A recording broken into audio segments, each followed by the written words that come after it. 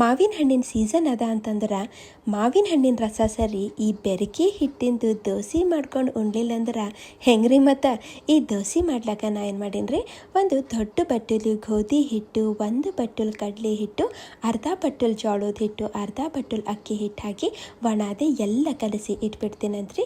ಈಗ ಈ ಜಾರಿನಾಗ ಒಂದಿಷ್ಟು ಉಳ್ಳಾಗಡ್ಡಿ, ಹಸಿಮೆಣಸಿನಕಾಯಿ, ಕರಿಬೇವು, ಕೊತ್ತಂಬರಿ, ಅಜವಾನು, ಜೀರಿಗೆ, ಪುಡಿ ಖಾರ, ಅರಿಶಿಣ ಪುಡಿ, ರುಚಿಗೆ ಬೇಕಾದಟ್ಟು ಉಪ್ಪು ಮತ್ತು ಒಂದು ಬಟ್ಟಲ್ ನೀರು ಹಾಕಿ ಈಗ ಇದಕ್ಕೆ ಏನು ಮಾಡ್ತೀನಿ ರೀ ಚಂದ ನುಣ್ಣಗೆ ರುಬ್ಕೊಂಡು ತಂದು ಈ ಬೆರಕೆ ಹಿಟ್ಟಿನಾಗ ಏನು ಮಾಡ್ತೀನಿ ರೀ ಬರಕ್ಬಿಡ್ತೀನಂತ.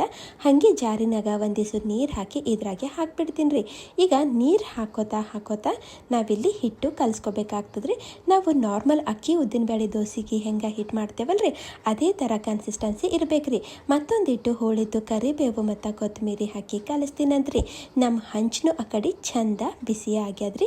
4 ಹನಿ ಎಣ್ಣೆ ಹಾಕಿ ಉಳ್ಳಾಗಡ್ಡಿಲಿಂದ ಚಂದ ಬರೆಸ್ತೀನಂತ್ರಿ.